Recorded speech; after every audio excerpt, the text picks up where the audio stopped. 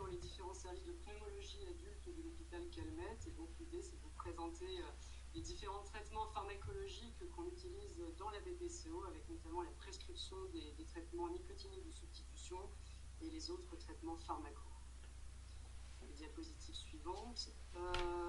Alors avant de parler pharmaco, juste un petit peu d'épidémio pour vous dire qu'en France, on estime qu'il y a à peu près 2/3 des cas de BPCO qui ne sont pas diagnostiqués, d'où donc la difficulté dans évaluer sa prévalence à sa juste mesure. Mais néanmoins, selon les estimations, on a à peu près entre 2 et 3 millions de Français qui seraient touchés, ce qui représente tout de même 6 à 8% de la population adulte. Et cette incidence globale, elle va continuer à augmenter au cours des prochaines années, du fait notamment du tabagisme qui est croissant dans certaines populations, et également de l'allongement de l'espérance de vie. Et je vous ai donc mis ces deux cartes qui montrent qu'il y a un certain nombre de disparités, notamment sur le plan géographique. Et vous voyez que notre région, elle est particulièrement touchée, puisque les Hauts-de-France, mais également le Grand Est, présentent des taux d'hospitalisation à gauche et de mortalité à droite qui sont largement au-dessus de la moyenne nationale. Diapositive suivante. Alors, vous n'êtes pas sans savoir qu'il y a eu très récemment une actualisation du guide parcours de soins BPCO, donc élaboré par la Haute Autorité de Santé, auquel j'ai également participé, qui est disponible depuis début 2020. Et je vous ai donc indiqué à droite de la diapositive l'ensemble des items pour lesquels il y a eu une actualisation des données par rapport à la version 2014. Et ce qui est donc quand même intéressant à souligner, c'est que ce qui figure en bleu sont des items pour lesquels, eh bien, clairement, il a été identifié que les kinésithérapeutes ont un intérêt évident. Donc la coordination du parcours de soins très rapidement, aussi bien au niveau des coordinations de proximité où le kiné fait partie de l'équipe de soins primaire en tant que professionnel de premier recours, mais également à l'échelle des territoires, via notamment les CPTS. Bon, le sevrage tabagique, j'aurai l'occasion d'y revenir tout à l'heure. La promotion de l'activité physique et sportive, alors évidemment, il faut lutter contre la sédentarité chez nos patients BPCO, et vous avez clairement un rôle à jouer. Le suivi nutritionnel et la prise en charge des troubles, eh bien, là aussi, il faut surveiller cet état nutritionnel et encourager l'équilibre alimentaire. Et ça a été très bien dit tout à l'heure, vous pouvez intervenir dans le cadre de l'évaluation de la perte de la force musculaire de ces patients.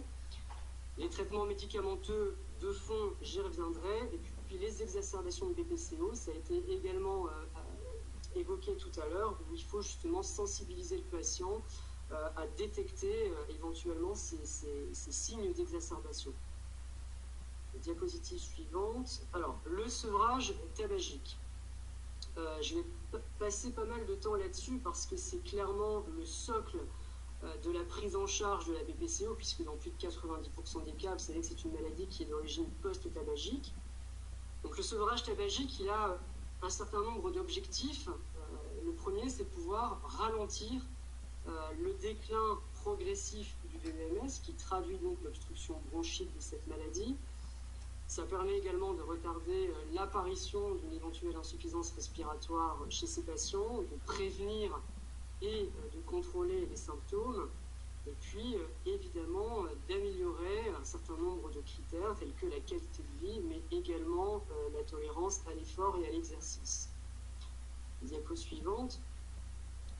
Donc pour pouvoir mettre en place cette stratégie de sevrage tabagique, il est dans un premier temps extrêmement important de pouvoir évaluer le niveau de dépendance de nos patients BPCO vis-à-vis du tabac.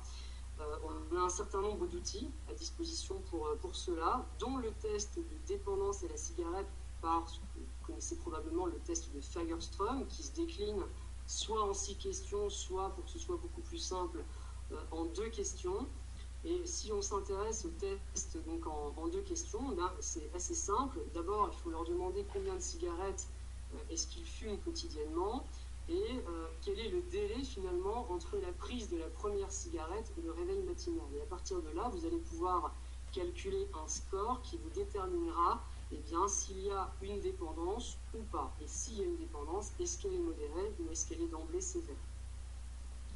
Je pense qu'il est également important, au-delà vraiment de l'aspect sevrage tabagique, de pouvoir également prendre en compte l'éco-consommation.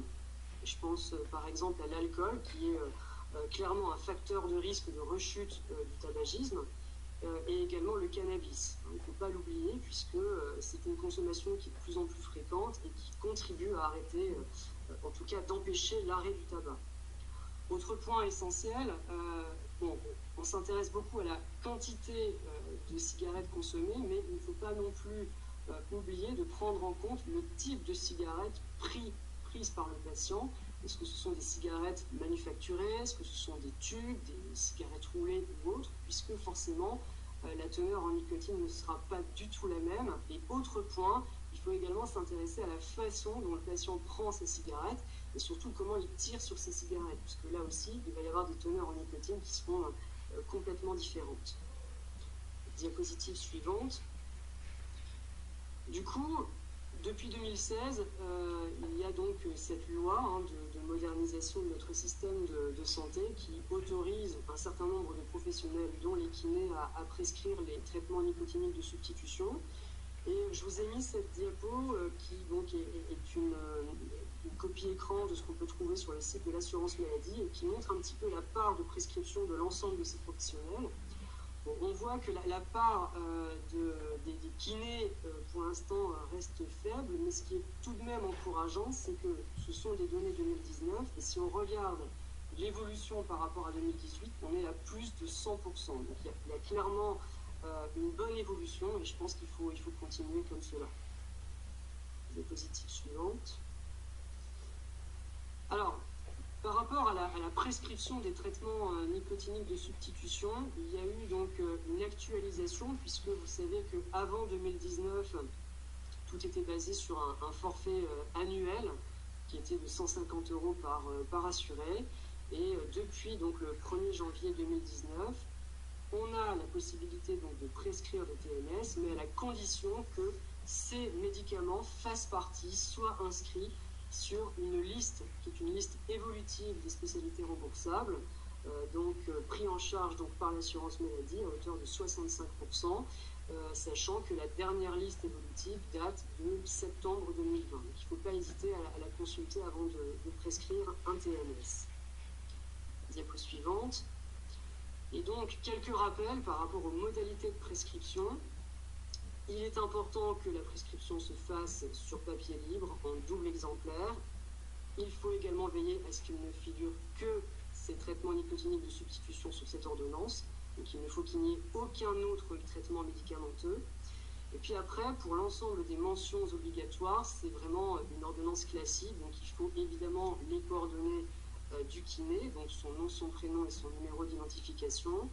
Doivent également forcément figurer le nom et le prénom du patient, la date de prescription, et puis, point important, il faut vraiment bien inscrire la dénomination complète du TNS, puisqu'on peut avoir pour une même spécialité des formulations galéniques différentes, donc il faut vraiment être précis par rapport à cela, bien préciser le dosage qui est souhaité, quelle est la posologie, la durée de traitement, et enfin le nombre d'unités de conditionnement.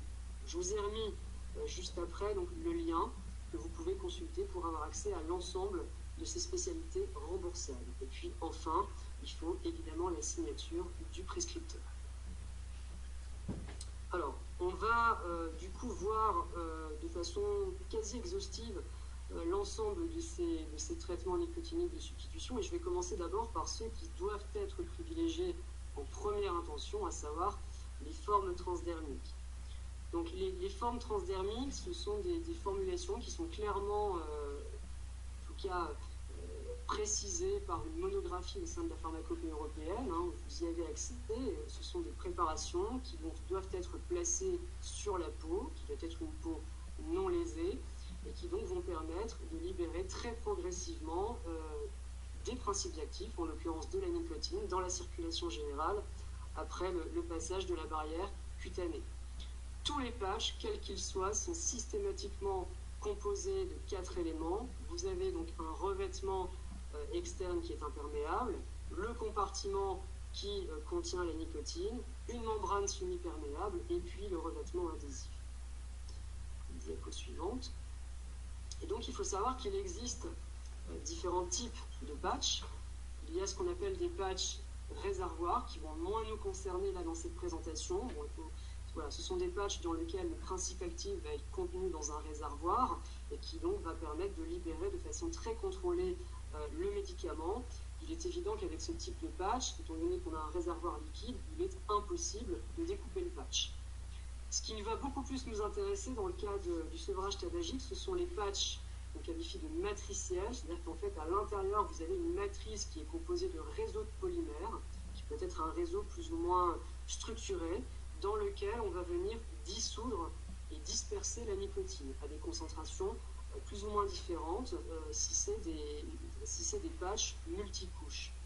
Et ça va permettre vraiment une libération extrêmement contrôlée de cette nicotine tout au long de la journée. Et le pouvoir de libération de la nicotine va grandement être médié en fonction justement de ce réseau de polymères. Et donc, ce qu'il faut savoir, c'est que idéalement, ce sont les systèmes dits matriciels multicouches qui permettent d'atteindre plus rapidement une concentration plasmatique efficace. Sur la diapo suivante, je vous ai mis donc l'ensemble des spécialités qui sont inscrites sur la liste des spécialités remboursables. Et je commence d'abord par le Nicopatch Libre des laboratoires Pierre Fabre. Donc patch matriciel, vous voyez, donc composé essentiellement de gélatine avec 3 dosages, 7, 14 et 21 mg pour une libération sur 24 heures. Alors ça, c'est valable pour tous les patchs. Il faut savoir qu'ils sont exclusivement réservés aux adultes et aux adolescents de plus de 15 ans et ils peuvent être utilisés soit en monothérapie, soit idéalement en association à d'autres formulations galéniques. Et donc, dans le RCP de chacun de ces produits, vous avez un peu la conduite à tenir, donc je vous l'ai indiqué. Débuter donc par le patch le plus dosé, c'est-à-dire le 21 mg dès lors que vous avez une dépendance importante, donc un Fagerstrom supérieur à 5, ou si d'emblée le patient consomme plus de 20 cigarettes par jour. Si ce n'est pas le cas, on peut commencer par une dose intermédiaire de 14 mg. Les spécialités suivantes, vous avez le Nikitin, d'un autre laboratoire. De la même façon, il s'agit d'un patch matriciel, multicouche, avec exactement les mêmes dosages, 7, 14 et 21 mg, avec les mêmes indications. Et je vous ai donc mis une capture écran donc, des conduites à tenir en cas d'instauration de ce type de patch. Donc, je ne vais pas m'y étendre. Le nicotinel, donc la diapositive suivante, nicotinel TTS des laboratoires GSK, on se retrouve de nouveau avec des patchs matriciels, avec exactement les mêmes dosages, 7, 14 et 21 mg, les mêmes indications et les mêmes modalités donc, posologiques et d'administration.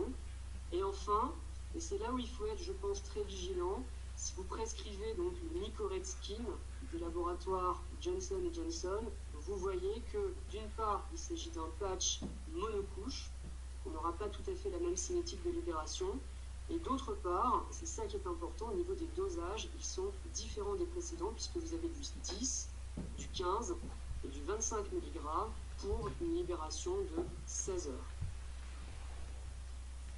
Alors, concernant les principaux conseils que l'on peut donner à nos patients, BPCO ou autres, si l'on veut mettre en place ce type de patch, bien leur expliquer que l'effet du patch, il va apparaître à peu près une demi-heure après la pause.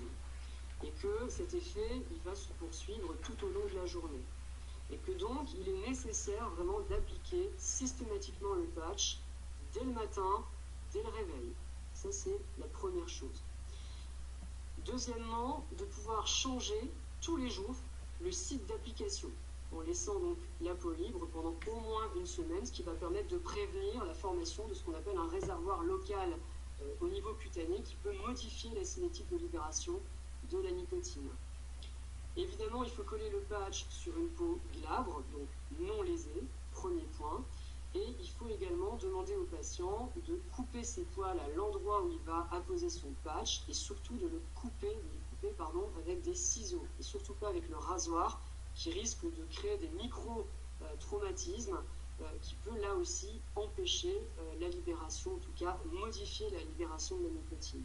Et donc on va appliquer légèrement avec la paume de la main, une pression d'au moins 10 secondes pour vraiment bien caler le patch. Et puis enfin, pour certains patients, on peut leur proposer éventuellement de maintenir le patch grâce à un pansement.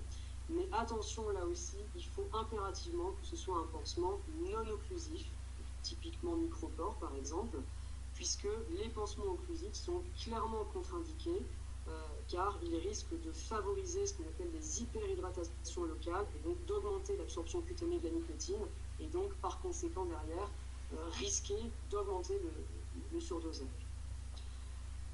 Pour certains patients qui utilisent des patchs sur 24 heures, ils peuvent éventuellement se plaindre de troubles du sommeil. Ça arrive. Dans ce cas-là, on peut éventuellement leur préconiser d'enlever le patch la nuit et plutôt de privilégier les formes sur 16 heures. Diapo suivante. Dernier point important par rapport à ces patchs, c'est sur la notion d'interchangeabilité. Là, j'attire vraiment votre attention sur le fait que tous ces patchs que je vous ai présentés ne sont pas interchangeables et que la grande difficulté, c'est que finalement, on n'a aucun renseignement dans les différents RCP des produits. Et à titre d'exemple, je vous ai mis le cas d'un patient qui avait été présenté à une journée de pharmacovigilance, un patient donc de 69 ans qui était parfaitement sevré avec du Nicopatch Lib, 21 mg, à raison de 5 patchs quotidiens. Et puis à un moment donné, il y a eu une rupture de stock en pharmacie et donc le prescripteur a changé la formulation en passant à du Nikitin avec exactement le même dosage, 21 mg, et la même posologie, à savoir 5 patchs par jour. Eh bien, il faut savoir que quelques heures, je crois, 1 heure après la pose du nouveau patch, le patient a commencé à présenter des nausées et des vomissements. Et il a fallu quelques jours pour essayer de stabiliser ce patient et notamment de réduire le nombre de patchs Nikitin à 3 patchs quotidiens. Donc attention à cette notion d'interchangeabilité. Alors après les patchs, nous avons les gommes à mâcher. Donc là, il n'y a que 2 dosages disponibles sur le marché, du 2 et du 4 mg. Donc là, l'intérêt de ces gommes, c'est que ça va permettre vraiment une libération également très progressive de la nicotine au niveau buccal. C'est très adapté en complément des patchs pour les personnes qui sont vraiment très dépendantes. Et vous n'avez que 4 spécialités qui figurent sur cette diapositive et qui, pour l'instant, eh bien, en tout cas, sont remboursables. Au niveau des conseils, une diapositive suivante, au niveau des conseils que l'on peut donner aux patients qui prennent des gommes, et c'est vraiment très important parce que c'est souvent une source finalement d'échec de sevrage, c'est que bien leur expliquer que ce sont des gommes qu'il faut donc mâcher, et qu'il faut surtout mâcher très lentement. Donc l'idée, c'est vraiment que on mâche lentement la gomme avec un cycle de 5 à 10 mastications successives et ensuite on va venir caler la gomme entre la joue et la gencive. Et dès que le goût commence un petit peu à s'atténuer, à ce moment-là, le patient peut recommencer à mâcher sa gomme doucement en alternant de chaque côté, enfin en tout cas le placement de la gomme de chaque côté de la bouche. Ça c'est très important parce que si le patient mastique, mâche beaucoup trop rapidement, avec beaucoup trop de force, ça va libérer de façon anormale beaucoup trop de nicotine. Et vous savez que la nicotine, c'est quelque chose qui est assez irritant. Et c'est typiquement dans ces moments-là que le patient peut se plaindre éventuellement de hoquets, de brûlures d'estomac ou de maux de gorge. Ce qui peut complètement pénaliser derrière la bonne efficacité du sevrage. Donc attention, l'efficacité sera amoindrie si la mastication est trop intense avec ce type de formulation galénique. Il faut bien également expliquer aux patients que l'efficacité de ces produits va dépendre de la mastication et non pas de la déglutition. La déglutition ne sert strictement à rien. La nicotine va être absorbée au niveau intestinal, subir son cycle entérohépatique et n'aura que très peu d'effet. Donc tout va se jouer au niveau de la bouche.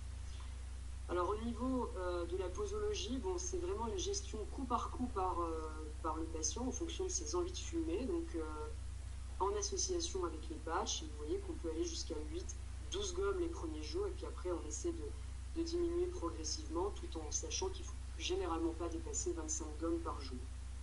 Enfin, dernier conseil, on évite tout ce qui est boisson acide, type café, jus de fruits, puisque ça va pénaliser l'absorption buccale de la nicotine.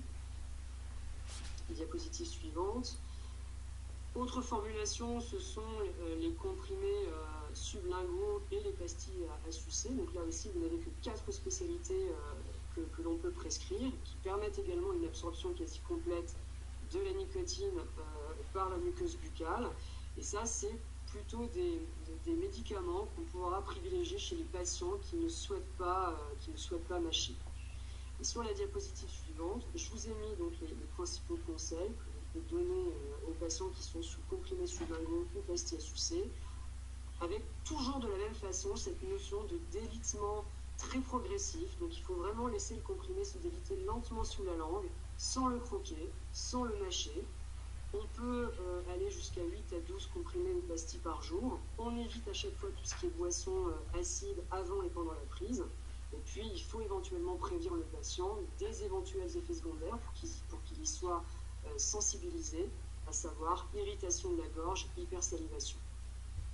Diapo suivante. Le spray buccal, et j'en termine avec ça, juste pour attirer votre attention sur le fait qu'il existe 2 spécialités. Vous avez la nicotine donc génériquée du laboratoire EG, 1 mg par dose, et vous avez le Princeps. Il faut savoir que seul le générique, pour l'instant, est remboursé par l'assurance maladie. C'est une solution pour pulvérisation buccale, ce qui veut dire qu'une fois qu'on a amorcé la pompe, il faut vraiment placer le dispositif au plus près de la bouche, libérer ensuite une dose dans la bouche, et au moment où on a libéré la dose, il faut expliquer au patient de ne pas inhaler en même temps, parce que sinon ça va se retrouver au niveau de la voie respiratoire et c'est pas l'intérêt. Et il ne faut pas non plus déglutir dans les quelques secondes qui suivent la pulvérisation. Diapo suivante. Au niveau des règles, pour que ce soit bien clair, en général, la règle la plus simple, c'est de se dire une cigarette équivaut à 1 mg de nicotine, mais c'est un mauvais marqueur, hein, puisque je vous ai dit tout à l'heure qu'on peut avoir des cigarettes différentes avec des teneurs en nicotine différentes. Donc le meilleur indicateur reste tout de même le questionnaire de Pegostrom. Et de principe, on commence toujours par les patchs, de préférence donc en association aux autres formulations galéniques, toujours par la posologie la plus élevée, puisque généralement les risques de surdosage sont quand même assez rares. Il faut à tout prix éviter justement les sous-dosages. Diapo suivante. Et enfin, bon, je ne vous rappelle pas tous les bienfaits du sevrage, mais juste également pour bien expliquer à vos patients qu'à partir du moment où on arrive à sevrer un patient du tabac, il faut bien être conscient que ce n'est pas du jour au lendemain que ce patient, s'il est très sévère sur le plan de sa BPCO, va arrêter de faire des exacerbations. Il faut généralement, c'est les études le montrent, attendre 5 ans pour qu'il y ait une baisse significative du risque d'exacerbation. Donc ça, c'est important, je pense, à souligner. Alors, au niveau des traitements médicamenteux de fond, donc diapo suivante, vous avez un traitement qui est finalement assez simple, puisqu'il repose majoritairement par des bronchodilatateurs de courte et de longue durée d'action, avec d'une part les agonistes bêta-2 adrénergiques, qui vont avoir un effet direct, et d'autre part les anticholinergiques, qui vont avoir un effet indirect plutôt au niveau des grosses bronches. Et donc je pense que ça a été largement bien décrit lors des présentations précédentes. Tous les professionnels de santé, y compris les kinés, sont concernés par la formation du patient au bon maniement du dispositif d'inhalation, qui est vraiment quelque chose d'essentiel pour que le traitement soit efficace. Diapo suivante. Au niveau des recommandations de prise en charge, vous avez celles qui sont préconisées par la Société française de pneumologie, et qui dit qu'une fois que le diagnostic est posé, on met en place une bronchodilatation de courte durée d'action. Si ça ne va pas, si le patient est toujours dyspnéique, on passe à une bronchodilatation de longue durée d'action. Et si ça ne va pas, eh bien, 2 possibilités, soit une double bronchodilatation, si le patient est plutôt dyspnéique, soit une association fixe bêta-2 agoniste de longue durée d'action et corticothérapie inhalée. Si malgré tout, ça ne va pas, il faut passer à une triple association fixe.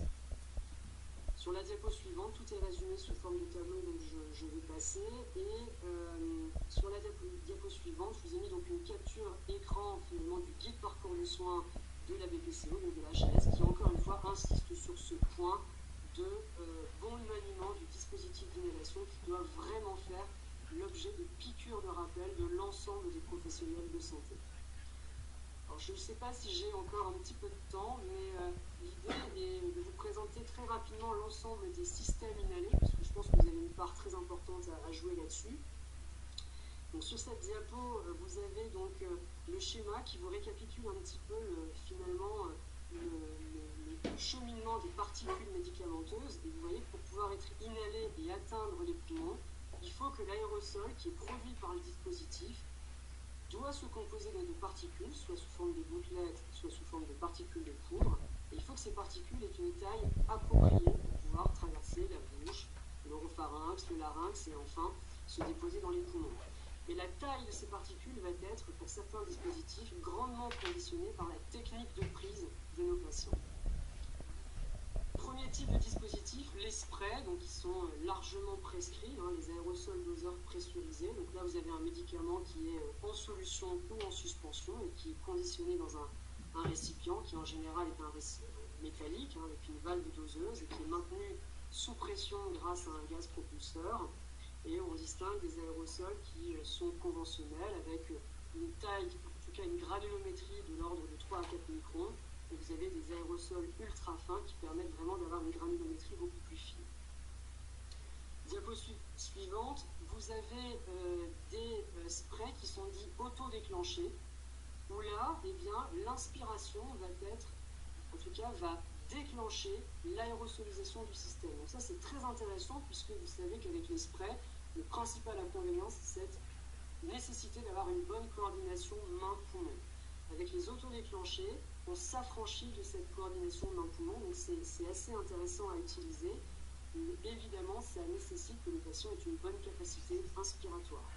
Il faut bien veiller à expliquer au patient de ne pas oublier d'amorcer le dispositif en libérant 4 bouffées grâce à la petite languette coulissante qui est située donc à la base de l'appareil. Et donc c'est principalement la gamme auto-alerte. Sur la diapo suivante, vous avez juste un exemple, le Beclogé, qui est de la beclométhasone, dans un spray qui est dit avec chambre auto-intégrée, ce qui permet donc de simplifier grandement la prise, donc prêt à l'emploi dès la première utilisation. Et sur la diapo suivante, vous avez donc les chambres d'inhalation.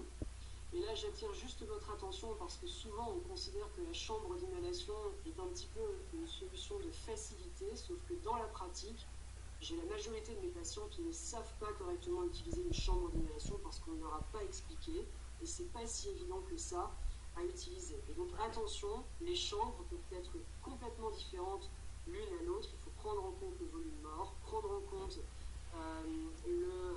la composition du matériau, puisque vous pouvez avoir du matériau électrostatique qui risque de capter les particules médicamenteuses. Donc vraiment attention aux chambres d'inhalation. Diapo suivante, d'autant qu'il y a un certain nombre d'inconvénients. On sait que c'est quelque chose d'encombrant, que les patients peuvent facilement oublier, et il ne faut pas se leurrer, ce sont des dispositifs qui globalement risquent de réduire la performance des sprays en termes de doses produites et de doses disponibles à l'inhalation. Donc une bonne éducation est vraiment nécessaire avec ce type de dispositif. Et donc, les quelques recommandations que l'on peut faire aux patients, c'est si vous avez plusieurs bouffées à prendre, attention à ne faire qu'une seule bouffée à la fois et de réaliser une pause entre 2 bouffées. D'inhaler immédiatement une fois la pulvérisation effectuée pour éviter ce dépôt par sédimentation. Et puis, évidemment, il faut nettoyer et rincer régulièrement sa chambre et s'assurer qu'elle soit bien sèche au moment de la prochaine utilisation. Je vais essayer d'aller un peu plus rapidement parce que je vois que je suis en retard. Il y a ensuite les inhalateurs de poudre. Donc là, l'idée, c'est qu'il n'y a pas de gaz propulseur. Donc 2 grandes catégories d'inhalateurs de poudre. Les unidoses, où la poudre va être conditionnée dans des gélules qu'il va falloir placer à l'intérieur du système et venir percer avant inhalation. Et les multidoses, où là, il n'y a pas cette nécessité de mettre des gélules. Ce qui est vraiment très important par rapport à la technique de prise, là j'insiste beaucoup parce que c'est souvent une source d'erreur. À la différence des sprays, il faut impérativement que le patient réalise d'abord une expiration forcée. Donc il doit vraiment bien vider ses poumons pour créer un appel d'air, mettre le système dans la bouche et réaliser une inspiration brève mais extrêmement intense. Ensuite, il faut maintenir une apnée d'au moins 4 secondes pour être sûr que la totalité des particules médicamenteuses arrive bien au niveau des poumons. attention au moment de réaliser l'expiration forcée, bien tenir son dispositif sur le côté, puisque quand on expire, on va dégager de l'humidité et ça peut bien favoriser l'agglomération de la poudre et donc limiter son efficacité. Et enfin, dernière catégorie, ce sont les... alors là, il y a une erreur, c'est pas inhalateur de poudre, ce sont les brumisateurs. Donc là, il n'y a qu'une seule gamme, c'est la gamme Respimat avec 3 spécialités. Donc là, l'idée, c'est d'avoir le médicament sous forme de liquide contenu à l'intérieur d'une cartouche qui n'est pas munie de gaz. Et donc l'énergie nécessaire à l'aérosolisation, elle est produite par un ressort qui va venir forcer le passage du liquide au travers de 2 canaux extrêmement fins. Et ces 2 canaux vont provoquer la formation de 2 jets qui vont entrer en collision, ce qui va permettre de générer une aérosolisation. La seule chose à bien connaître, c'est que l'aérosolisation prend quand même du temps, une seconde et demie, ce qui veut dire derrière que le patient doit adapter sa technique inspiratoire et prendre son temps. Il faut que ce soit une inspiration lente, mais profonde, à la différence des systèmes poudre, qui est plutôt brève, mais intense. Et il faut là aussi qu'il y ait une certaine coordination dans le poumon. Donc voilà, sur la diapo suivante, vous avez une liste évidemment non exhaustive de l'ensemble des systèmes qui sont disponibles. Donc vous voyez que c'est complexe, mais moi je pense qu'il faut vraiment être capable, et ça a été bien dit tout à l'heure, de demander au patient systématiquement de nous faire la démonstration de l'utilisation de son dispositif, puisque dans la majorité des cas, il y aura des étapes critiques qui ne seront pas acquises par le patient, ce qui va considérablement diminuer l'efficacité de ces systèmes. Et je pense que pour un patient donné, on a la possibilité vraiment d'optimiser ce type de traitement en essayant de trouver le dispositif le plus adéquat. Et voilà, et donc sur les diapos suivantes, je vous ai juste mis quelques outils que vous avez donc à disposition, tels que le guide Zephyr, qui est disponible sur Internet, mais également par application, et qui vraiment est extrêmement intéressant, puisque vous avez accès à toutes les vidéos pour vous familiariser sur les techniques de prise en main. Et puis n'hésitez pas également, sur la diapo suivante, à utiliser des grilles d'évaluation de chaque dispositif pour vraiment pouvoir noter chacune des étapes dites critiques par rapport à l'utilisation. Voilà, je vous remercie de votre attention. Merci beaucoup, Monsieur Pérez. J'ai juste 2 petites questions, dont la première, à mon avis, a une réponse assez rapide. Comment choisir entre les différents types de patchs? Je pense que les marques, voilà quoi, le choix est cornélien, selon la préférence de labo peut-être, mais c'est tout. Là, franchement, moi je n'ai pas vraiment de conduite à tenir par rapport au choix d'un patch plus qu'un autre. Tous sont efficaces. Après, c'est plus selon les habitudes des prescriptions. Non, vraiment pas de différence, en tout cas, selon moi, entre les différents types de patchs. Je voyais venir la réponse. Voilà. Et une deuxième question, et c'est vrai que j'ai fait la même remarque, pour les patchs dans votre exemple tout à l'heure, vous parliez de 5 patchs par jour. Peut-on en coller plusieurs en même temps?